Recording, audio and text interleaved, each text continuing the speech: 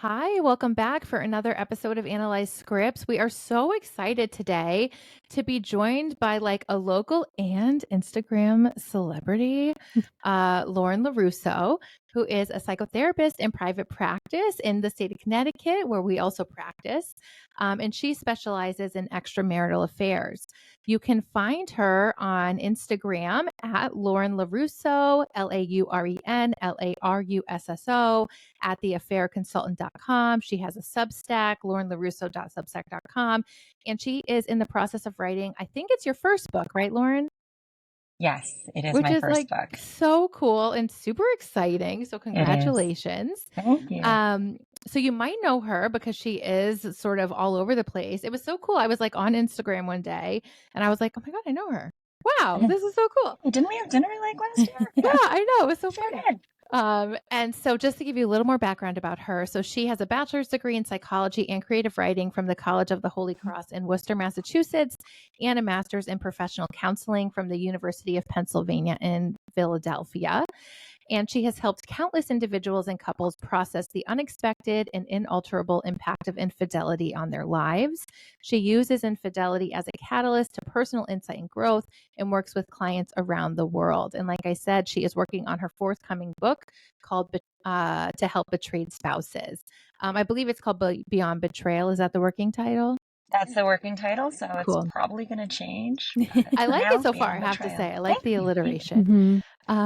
But anyway, we are so excited to welcome you to talk about the new hot Netflix documentary called Ashley Madison, Sex, Lies, and Scandal. Woo. Why don't we all just start with like our reactions to this? Yeah. I was like really, I don't know. I think, and we can maybe get into this more, but I have such like a visceral reaction to this, content. I don't know why. We can analyze that maybe off the podcast, but I think, the couple who was depicted in it who were together and both consensually like finding other people and talking about it and being open and honest, fine, great. Like that's not what we're kind of, that feels very different to me. But Nia. Yeah, the Ashley Madison, the like CEO.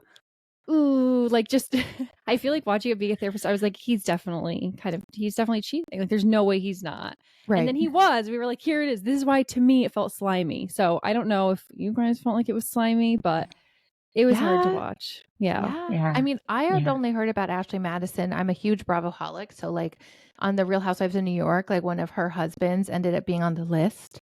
And then, this brings up like the dark web and like, just this week I had a patient talking about how like someone they knew was buying drugs on the dark web. And I'm just like, where do you find this dark web?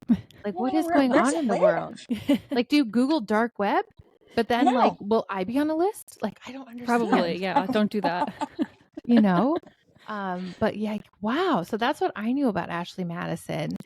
I felt like ick. And then I was fascinated to get this like sort of quasi inside look into like the business side and all the people who worked there and like the cognitive dissonance between like, all the customer service reps and like when the wives would call and what they would say, like all of that stuff I found like really fascinating. Yeah, me too. But I don't know. Lauren, what was your initial thought watching it? Like, does it align with the work you do? Is it very different?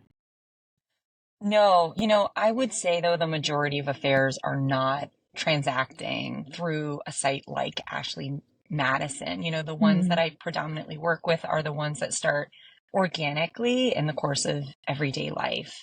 That being said, Ashley Madison has 80 million members right now. And according to them, there's been a major cleanup after that. Kind of everything got revealed. Sure. As they demonstrated in the Netflix documentary. So it's not bots. It's 80 million real people, supposedly. And I have worked with people who have met through an online dating app for married people. And it's happening. So it's all a part of the bigger picture of infidelity and how it's this sleeper in our lives. It's happening. You just wouldn't really necessarily know about it unless you were maybe talking about somebody else. for Yeah. whom it affected their life. I feel like that's usually how we come across it. So I thought that this documentary was really illuminating because it showed the mechanics of the site itself. And I don't know what's changed since those earlier days of Ashley Madison under Noel, right? So it sounds to me like, and I was thinking about this morning, it almost was as if it was like a gambling app, like Yeah. preying on Yes. people's propensity to become addicted to this nature, the nature of this type of connection. And it was set up in such a way where it was designed to light up those areas of the brain, right? You have to buy 100%. Yeah. these chips, Tokens you or have something. the tokens, right? And then when they run out, you have to buy more. And then they've got bots kind of lighting up those systems in your brain like, Right. hey, how are you? Like your picture, right? And they're not even real. So it's playing into the part of us where we're wired for this kind of feedback and reinforcement. Right. And then they don't even have the protective systems in place, right? They've got the fake security measures, the made up, The little icon about like verified. holy smokes, right? Like they're literally just like drawing it. And that could have been a rendering for the documentary, but they made it all up, right? You can pay $20 to have all of your information wiped. And they're just collecting the information and not protecting anybody. And it's like, It's then so predatory. when the breach happened, it's so predatory. Then the breach happens and people are committing suicide. I know. I know. That was because so, of this. That was devastating. yeah. Awful. I did not expect that. I mean, I think zooming out, that makes sense. Like, when things are brought to light that, like you were saying, don't align with your core values really, and you're kind of like caught up in something. But I mean, I think it's like who's at fault? Right? It's like the hackers, the whole system itself, being predatory and kind of promising, security. I that was really, really upsetting. The kind of the fallout of that. Yeah. It's like the hackers, if the intention of the hacker was to get Ashley Madison to shut down, they actually did it at the tremendous expense of the people that it was trying to protect. And so it is a little bit of a confusing effort there. Really, what was the point? Obviously, money wasn't the point because the hacker wasn't incentivized by money. And the goal was to make Ashley Madison go down in flames. But instead, the people who used it, went down in flames. And Ashley Madison just dipped and bobbed and weaved and they're still going. Driving. Didn't miss a beat. And we never found out who was behind Impact, right? Like they never figured it out. No. Maybe it's the same people behind the Change healthcare data breach earlier this year. Maybe. But yeah, so like what was the point? I started wondering, was it like a personal vendetta against Noel? Like, was it like someone he had had an affair with that felt jilted? But then I was like, they've really got to know a lot about the internet. But yeah, what was the point? Right. Like the level of hacking and then hiding their identity feels like, again, something that I can't really fathom. But on the dark web, I feel like there's probably 15 or 20 hackers in the world that are could do anything, could take anything down. That's a little conspiracy. But like that one man who was interviewed who then started working for them to kind of figure this out. It's like, how could he not even, like, if this top hacker, living in Sweden or whatever that they brought in, like, it's just it's shocking to me who hired, if somebody hired a hacker to do it, or if the hacker themselves was had the vendetta. That's something I don't know, maybe someone will write about on their deathbed and we'll finally get an answer. But it's like one of those things that I don't know. I hope someone tells us one day at some point. Yeah, I like, Lauren, you sort of drawing that parallel with addiction, because I was thinking the same thing, that there definitely was this addictive quality. And I feel like I hear that from people, usually from the person I think having the affair who gets caught, all of a sudden they have a sex addiction or something that's out of their control. And just thinking about okay, so once the hack happens, they have all this data and there's all the ramifications unfolding. People, I think, naturally want to point the finger at someone to blame. And it's like, well, is it the person who signed up? Is it their fault? Is it Ashley Madison, the people behind the scenes for being so predatory? Is it Noel's fault? Is it whose fault is this? Right? Like in our society. And I thought it was really interesting that like in this documentary, they sort of touch on that. And then they also show like that one couple who did they use Ashley Madison to find their partners? I'm not sure, but who engaged, and it seemed like consensual non-monogamy is what we might call it these days. And they seemed like cool with it. And I was like, It also brings up a lot of questions about like monogamy and our culture's view on monogamy, but then also given that Ashley Madison is worldwide, like the worldwide view and how does it fit into all these other cultures? It was like kind of really fascinating from that perspective too. Yeah, and I think it brings up the idea of secrecy as the issue. You know, even in France, for example, where infidelity is supposedly a lot more culturally acceptable. I work with a tremendous amount of clients for whom they're still blown out of the water by either their own affair or their spouse's affair. It doesn't matter that there's a different cultural lens towards it. In all cases, it still strikes at the heart of the human condition, which is trust, betrayal, duplicity, having parts of ourselves that we can't or won't share with our spouse. And I think the troubling setup we have right now is that, you know, as I've said before, like we live longer than ever. So there's this really long runway we've got to stay on with our spouse, and that can be beautiful as we grow and change together and do life together. And it can also pose challenges because we have to share all of the parts of ourselves with one person, and we all come with baggage, and there's a lot of people out there not doing the work. Most people are not doing the work to really understand the parts of themselves that come up throughout different phases of their own life. I mean, that kind of work is a full-time job, and we do it because we're therapists or we, you know, have a special interest in growth and development. But most people are just out there living their lives, working, supporting their families, doing the best they can. And then there are childhood wounds that come up. There's disconnection with their spouse. There's the simple attraction of someone just paying attention to them differently for the first time in a long time. There's so many factors, and sometimes it's not even that deep, but we've just got a long way to go with one person where we're supposed to be completely unfaltering in that fidelity. And once you step over that line, it is extremely challenging to step back and undo what's begun. And so, I mean, I find that there's a lot of people who never thought they would ever end up in that position. And it's just this 1 degree at a time until they're in boiling water. And then everything is boiling and they can't get out of it. So it just illuminates that sort of the slippery slope that we're all potentially prey to varying degrees. Yeah. You know, much like addiction, right? It's rare unless you like start with heroin or something. It's rare to go from 0 to 100, right? Like usually it is like that slippery slope until you're consumed and it's out of your control. I felt like so much of that with a lot of these stories they were telling. And that's when I got really mad at the people behind the scenes because they were being so predatory. And I feel like they probably knew that and they didn't care. It was all for business. Yeah. Yeah. It feels like they were normalized. Yeah.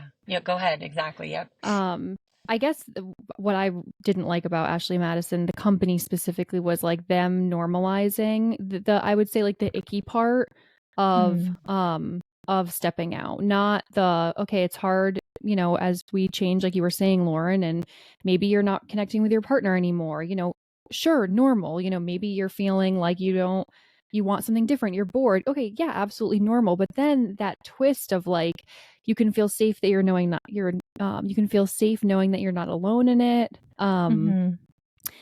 Looking for online flirtation. Oh my gosh, flirtation, like-minded, mutual feeling. It's like, it's trying to normalize the entire thing versus just the part that like maybe you can work on with your partner, or maybe you can't, and then that leads to an uncoupling. But like I think that predatory part was like, it's fine to step out, totally fine, like everyone's doing it, it's okay.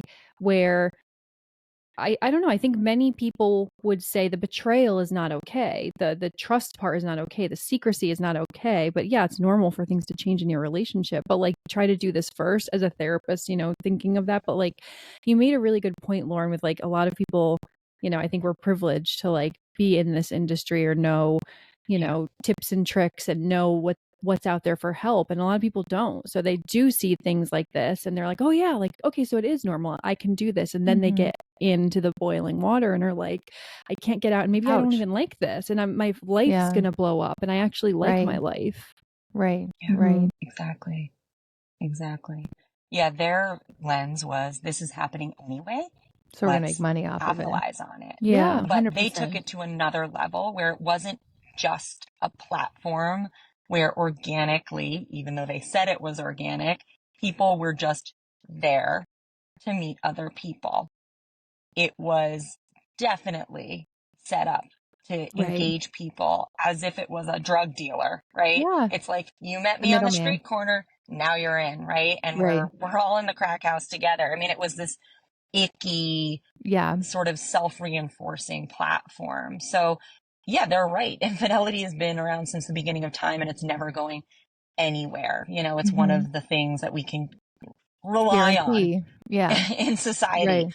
But the way that you handle it is so important. And there's no doubt that the ethics of Ashley Madison were beyond upside down. And then they had someone at the front of the house, Noel, who was of sociopathic proportions. That's what I wanted to say. Yes. Yeah, like let's just diagnose the guy. Yeah. Again, just a disclaimer, Yeah, as no, we're not. Professionals, we can't officially diagnose anyone. We haven't evaluated, but using media on our screens with the caveat that we're only getting that lens, I certainly saw a lot of traits that would be right in that sociopathic realm. Yeah. I wrote down a few choice quotes about Noel that they mentioned right at the beginning as they were describing him. And I'd like us all to just take a minute and think about these words. So they described him as really fun to be around, fantastic sense of humor, charming, smart, in quotes, didn't take shit from anybody, including elders or authority, a lawyer, and ready for conflict. Like, let's just pull out our DSM and compare. Okay. Right. Exactly. And so, and again, this is such a good example of like someone saying like, I want to be rich, and not caring how to get there. Like maybe not even being in tune with the emotions all the people involved might be feeling, from the betrayed spouses to the people on the site to the customer service reps, like might not even be in tune with, depending on like how far on the sociopathic spectrum you are, might not even know what those feelings feel like, or maybe they do, and that adds to the thrill. Unclear, right? Yeah.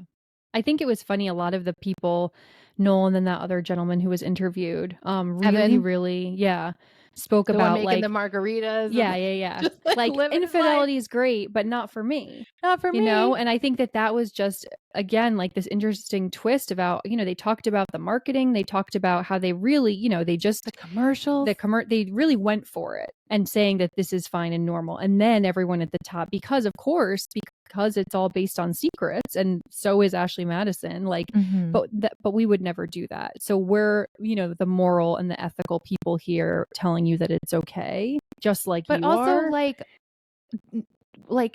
you're such isn't it so clear that you're just such liars? I know. Like parading his wife out, using her as an object to like further his goal, even like to that degree. Like, are we only picking up that they're liars because we're therapists, or is it like really clear to everyone at large? You gave me the ick. Yeah. In all of the ways. And I also think, though, it speaks to our capacity as human beings to be able to convince ourselves deeply of a lot of things that if we zoomed all the way out, we might really actually not at our core even believe, right? And so he was in a position where he was absolutely a professional at spouting off the reasons that Ashley Madison was, being more helpful than hurtful, and basically doing a service to society, was safe, that he was not a cheater, right? And so I think I've seen this before as a therapist, where we just have an incredible ability to believe the things that we say. And then there's also a desensitization that happens. So the more you start to be in a certain realm, even me working with infidelity, I'm extremely desensitized to it. But in order to counterbalance that, I literally every single day have to check in with myself and ask myself how what I'm saying matches with my values, beliefs, and outlook on the world. And without that system of checks and balances, you can have someone like Noel, who I do believe has personality traits that make him For sure. especially, Perfect Very good perfect at at this. it, right? But it does require a lot of self-inventory that, again, a lot of people aren't going to take. They just want to get to the top at whatever cost. They're not having that inner system of checks and balances, like where in the fiber of my being is what I'm saying feeling right, real, and true for me, or am I just saying it to get somewhere that I want to go? And there's a big difference, and it matters, And I think too, like whether Noel's this far on the sociopathic spectrum or not, we have no idea. But when you're really on the far end, those two things you just said, Lauren, do align, but in a way that feels icky for most other people, right? Absolutely. That like it doesn't matter. That like you just want to get there. And I wonder, and I'm curious to hear about in your work with real people going through infidelity, like I think it's maybe we always want to blame someone. And I feel like as a woman, I always blame the guy who's cheating. And I'm always like, you just suck. Right. But I'm sure it's like more complex than that. Right. Like I'm sure not every single person is a sociopath. Right. No, and that's the thing. Have either of you ever watched Esther Perel's TED Talk on infidelity? No, but I should. Please do. Go on YouTube and look it up.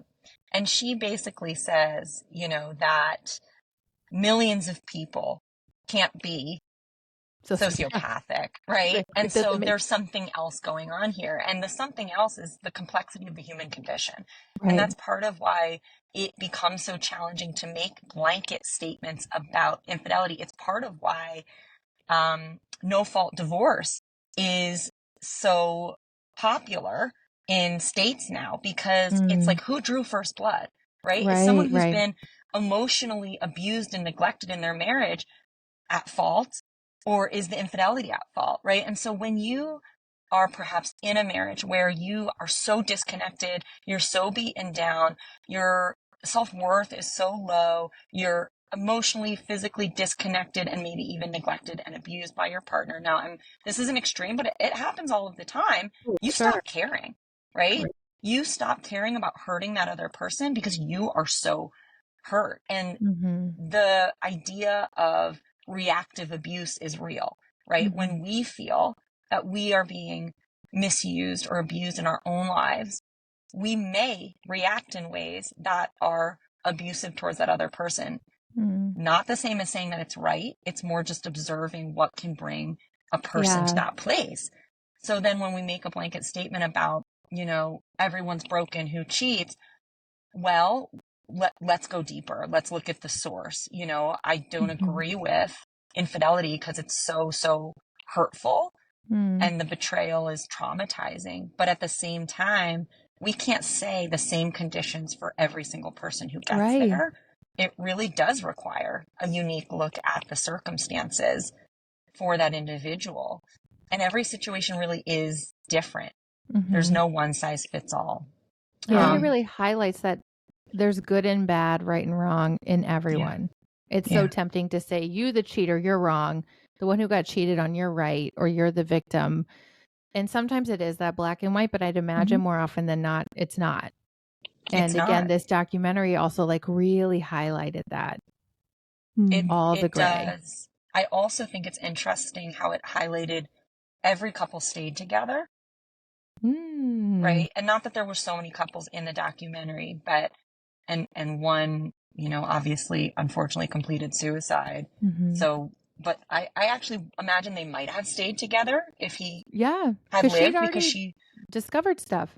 Exactly. Right. And so, exactly, she did already discover stuff. And so really every single couple was an example of how we actually usually don't leave when there is infidelity in our relationships. And partially because we want to keep our family and our life intact. And partially because, sometimes we can understand what brought a person there, and it's not worth dismantling our life only to have the risk of getting into relationship with another person who could potentially do the exact same thing, right? And so it's interesting. We all might have a lot to say about what we would do if infidelity happened in our relationship, but the documentary was a perfect example of how what all of those people probably thought they would do is not what they did. Even Noel's wife is still married to him. I'm over there Googling on the couch, like, is Noel Biderman still married? I know. Yes. Where does he live? What's his net worth? Where is he? Where are you, Noel? Are you listening? Marriage? Are you listening? Yeah. Yeah. No, but seriously, I was shocked. And I think they set it up this way that Sam and Nia stayed together. And then I wasn't shocked, but I was shocked. Yeah. Sam, I think I have a lot having of thoughts. just a little, I don't know. I think I work with a lot of people who are previously very religious, currently religious. And I thought, even thinking back to my church growing up, and just things that are taught about sex, sexuality, what's okay and what's not okay. I feel like, and gender roles. Exactly. I don't want to say this as like, in a generalization, but I do find that I think it's challenging when you're raised in more of like a purity culture, to have the conversations with your partner or spouse that you're not feeling connected, or take the risk of dealing with the shame of having an attraction to someone outside of marriage, and knowing that, again, I know this as a therapist. I don't know if this is general knowledge, but like, that's normal. Like, we will be attracted to people who are not our partner. That, what we do with that depends, but that's something that happens. We all see other people. We all can observe. And I think have the we shame, seen Ryan Gosling? Yeah. These days, Does he have a bad day? I don't think so. I don't Unclear. think so. Doesn't seem like it. So the shame that I think comes with that just adds layers to the secrecy. Yeah. And I don't know if that's something that, Lauren, you've seen, if there's like religious aspects within infidelity, exactly, to promote that more. I don't know. I just think, even anecdotally from just personal knowledge, thinking about a lot of people who, whispers about who were having affairs in a church, being very religious within this purity culture, or, who had a porn addiction or who had a sex addiction. And oftentimes, you're right. I think people did choose to stay together. I don't know, of course, the details or how or what happened within their marriages. But I thought it was I liked that they included that couple in it. I think it happens a lot. And I don't know. I talked to some clients about this, to other people about it. I'm not sure how to make it better, but I think there's just something with purity culture that promotes more secrets. I don't know if that's sure. It's about shame, I think. Yeah. Especially, I think, a woman's shame. Like, we all remember all the purity rings with Britney Spears and Miley Cyrus, right? Like, I'm not the only one who remembers that growing Jonas up. Brothers. All of them, right? Like, it's just shoved down your throat that, like, so from such a young age, you're taught that, like, these natural sexual impulses or desires or feelings are bad and wrong and should be shoved down. I think especially as girls, at least that's what I saw a lot with the Sam and Nia depiction. I just think that makes it just like adds fuel to the flame, I think, of secrecy, or how good it might feel to start engaging in that. Nia also was this example of a wife who believes it is her duty to make sure that she is everything her husband wants and needs her to be. She even said it explicitly. I had done everything I could to be everything Sam wanted. Right. So what came up for me was, and who are you? Right? And what do you want? right? Right. So Sam, is on the list, and she's like, and I'm still going to sleep with him tonight. So Right. that's a pattern that I see. I mean, first of all, hysterical bonding is a common response to the disclosure of infidelity, where there's a breach in the bond between you and your partner. And so you have an urge towards intimacy. Mm. And so there can even be an increase in sexual intimacy and connection and frequency during that time. So that's just a normal psychological response.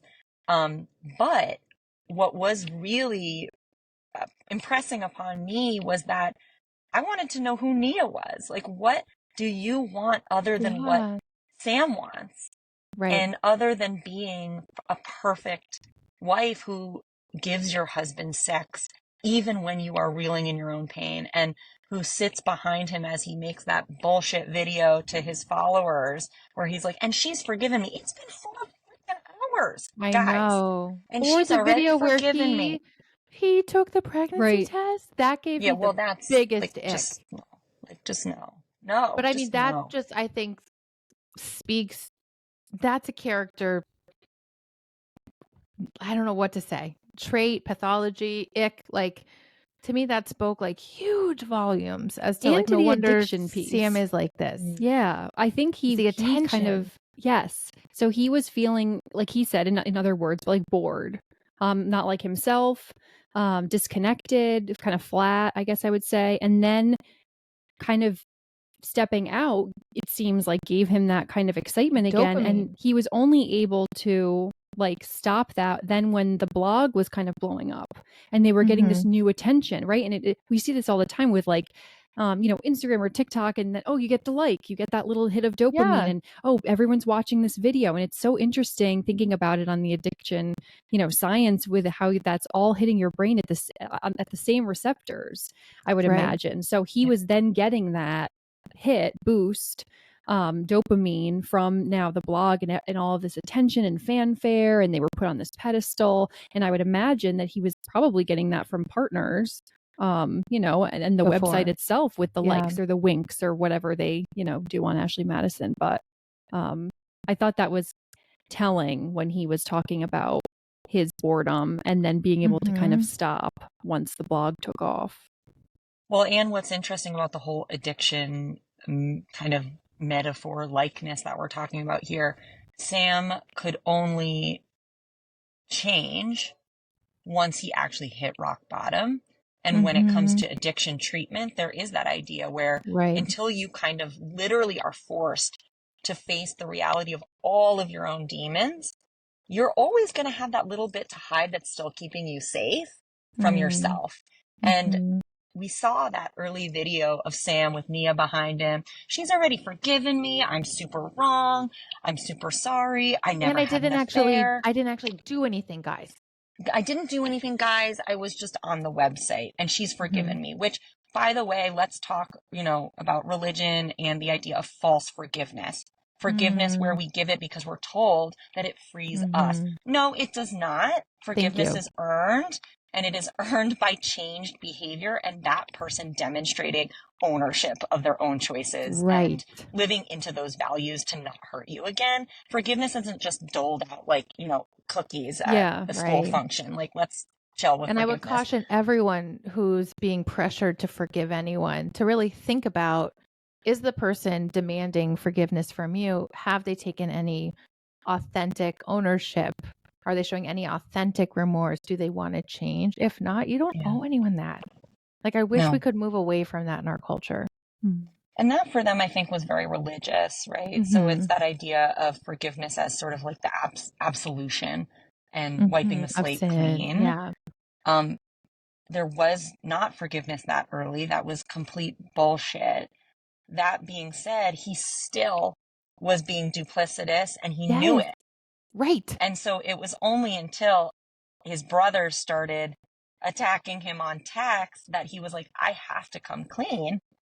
And he had to get to the place where he was looking at losing it all, right? Watching his daughters go home with only his wife or I don't know if he only had daughters, I forget now, but like realizing that he could not be with his children realizing how much you have to lose because of the choices that you've made, that's when you sit there and you say, is this what I want for my life, right? Is this me, or is this something else? And what am I going to do about it? And I think he got to that place only because he didn't have any more secrets left. I still think he might have some. I don't know. I just don't We should trust just call him him. and ask. I don't know. I don't like, even at the end when they're sitting together and they're all lovey-dovey, I just still don't trust him.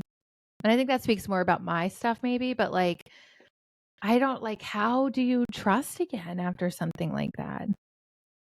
Do you think it's How do you easier trust to again? gain Yeah. trust? Like, do you notice a pattern in frequency or length of time finding out, a partner is stepping out? Like, do you notice anything that kind of speaks to whether someone will repair or not?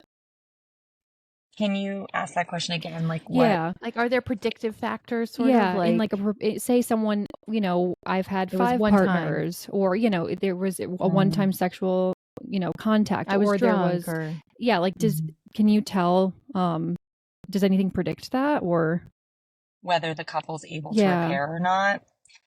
Well, I'll say this, it's extremely difficult, and there's always going to be a wound that wasn't there before. And yeah.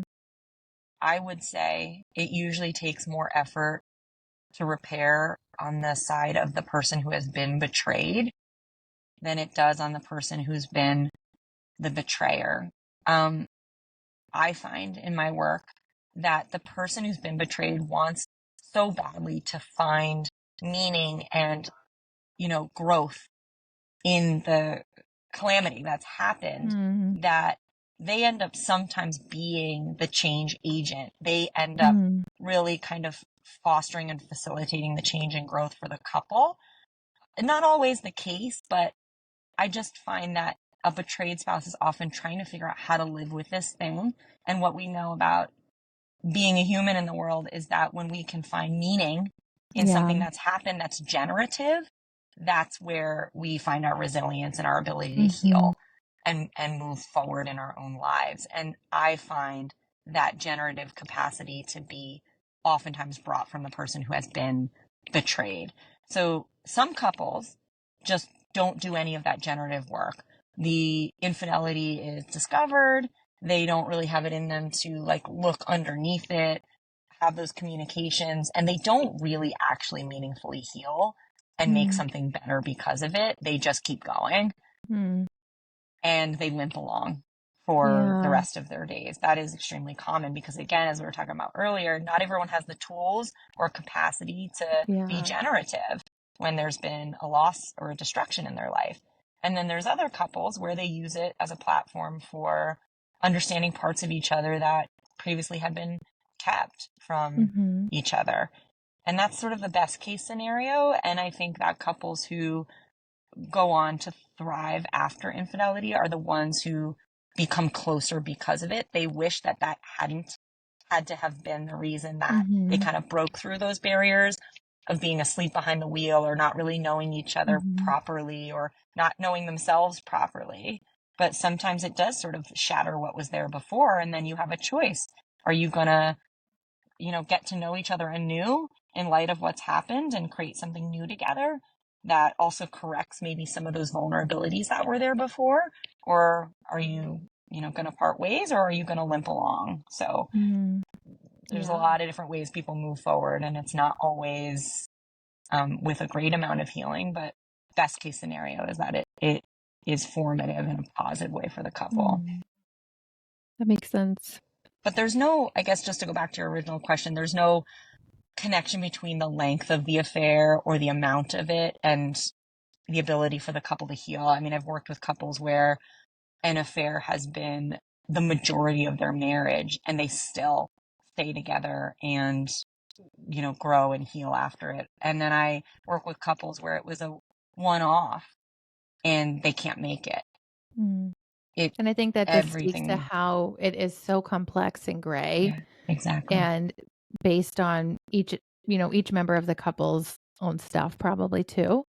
Yeah. And that it's impossible, it sounds like, to predict, how you manage the fallout of something like that. Exactly. We really don't know what we'll do until So we you're find in it. ourselves Yeah. in I that mean, just like position. grief, just like trauma, just like any of those other conditions that I think stir up similar intense emotions like this. Exactly. Well, so I'm glad that people have people like you that they can go see who are non-judgmental and open and not ready to like dole out the shame. I think I could never do couples therapy because I just found it so hard in my training. Like it always feels like someone's coming in who wants you to like blame the other one, and it's like so tricky but so important. And so I hope anyone who's struggling in any way in a couple, whether it's related to infidelity or connection or trust or secrets, if you can find a therapist who's non-judgmental, who's not going to tell you what to do, but who instead wants to listen to where you're at, kind of validate where you're at, and then go from there and help you figure out what do you authentically want to do to heal. I think that's what we need. And I just worry that I don't know if Nia's gotten that yet. I don't know if Nia knows yet. Maybe she does. Maybe this is what she wants, right? And that's okay too. Mm-hmm. I Yeah, just worry. well, she wanted the version of Sam that came out of this. She thought she was marrying that version early on. It turned out she was not. There was a Jekyll and a Hyde going on. Yeah. And it sounds like, and again, when it's on TV, it's a documentary, we never know what they're curating for us. For us to see. But it sounds like best case scenario, they were able to go on to have the type of marriage that she thought she had been signing up for the first round. So we don't know. I mean, and again, this is why parting ways is not always the best answer. And it sounds like Sam and Nia did find a way to stay together in a more authentic way than they probably were relating to each other before. It was a lot about optics. It was a lot about just having the label of being a Christian man or a Christian wife. And now we blew that all out of the water. Right. We're stripped down to our basic humanity, and now we don't have those labels to protect us anymore. We have to deal with what is. And it sounds like they did. Yeah. And I think at the end of the day, isn't that what we all want? Is to be seen for who we really are at our core, good and bad, and still be loved. I think that's the root of what we all want. And it would be nice if we could all kind of get there like that other couple who are like, she wants this. I'm not really into it, but I'm okay if she goes to get, like, they felt like so healthy to me. Yeah. And I was actually really glad they included that couple. Because I think like at the end of the day, that is what we all want, that unconditional love.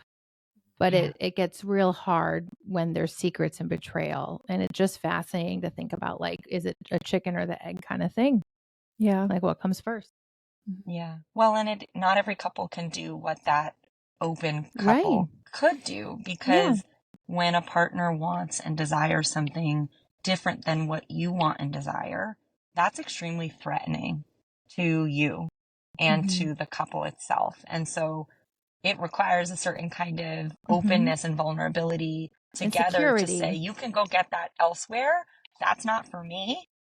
But like, I want you to have that. It's just not going to be with me. Holy smokes. That's pretty evolved. And yet I think we all wish we could get to that place where we don't feel so deeply threatened in our relationship that there is a sense of freedom for both people. Yeah. Again, is that possible? Depends. For some it is, and for some it's not. And for some, an open relationship does lead to its own betrayals, right? Because when there's infidelity, it has more to do with the secrecy. And when you're in an open relationship, I've worked with people who have opened their relationship and there's still infidelity because the rules that were agreed on are broken. Exactly. I think and there's attachment and bonding outside of the relationship. And so again, this can happen. We like to think we can create a construct in which we're infallible or we're protected. Right. I don't know. Let me know when someone figures that out. Cause I think, you could say I'm jaded because I sort of, I guess the critique could be I'm jaded and I'm desensitized, but I like to think of myself more as a realist. Mm-hmm. We all want to feel protected and we all want to feel safe as human beings. But honestly, keeping your eyes wide open and keeping yourself in conscious connection to yourself every single day is literally all any of us can do. We Yeah. cannot control our environment. We can't control the choices and behaviors of other people. We can just do our very 100%. best. 100%. That's how I think of it. Right. No Yeah. construct is here to save you, right? It's just Right. not. Yeah. And relationships are huge risks. I mean, I think like they also should be rewarding, but to open yourself up and to be vulnerable and to set yourself up to have someone know everything about you and then, the risk is be betrayed is like something that we take in friendships, we take in romantic relationships. And, I'd like to say most of the time it's more rewarding than not. That's why we do it. And I think it is, we keep doing this over and over again. But ultimately, of course, yeah, there's going to be risks, especially because we're not perfect. We're not always good communicators. We bring our own baggage in. And, I think we take a risk every day that we're in a relationship close with someone. Yeah. Well, gosh, Lauren, thank you so much for joining us to talk about this documentary. Any final thoughts as we wrap up? Thanks for having me. No, I mean, I think there's just a wealth of conversation here. And I think infidelity falls into that realm where we want so badly to go towards the binary and the black and the white. And anytime you go into the gray, which as therapists, we have to do all the time, there's nuance in everything. And if we don't go to the nuance, then we're not doing our jobs. Exactly. And we're not helping people. Right. And we live in a world more than ever where we all want to know what's right and what's wrong. And we want to polarize and count people out. And this is a realm in which if you do that, there's literally nothing to talk about. Yeah, that's true. It begins and ends with morality. Infidelity is wrong, but so are a lot of other things. And let's bring all of it to the surface and help us understand ourselves when we confront things in our lives that are gnarly, instead of just hiding behind, the blanket of morality and rules and all of that stuff. I mean, that stuff is there to protect us, but I think we all know that only goes so far. So I think it's important to have these conversations. I think it's actually great that Netflix made this documentary and brought something to light. By the way, Ashley Madison isn't the only site for this. I'm sure. There's plenty of other sites for married people who want to date other married people. So Ashley Madison, I think maybe was just the first. And so it kind of has the big notoriety out there in the space, but it's not the only one. This is happening and it's probably never going to not happen. So I'm glad we're talking about it. And thanks for opening this conversation. Yeah. We loved having you. And I'm sure our listeners are excited to just hear, again, like a nuanced topic and hear from your perspective as a helper who's helping couples manage this or individuals. I'm excited for your book. I hope that, when it comes out, we of course can post it or, share some of your stuff so other people can learn more. But yeah, definitely follow Lauren at Lauren LaRusso, right? On Instagram. And follow us at Analyze Scripts Podcast on Instagram, TikTok, and you can watch this on YouTube. And we will catch you next Monday for our next episode. Bye. Thank you both. Thanks.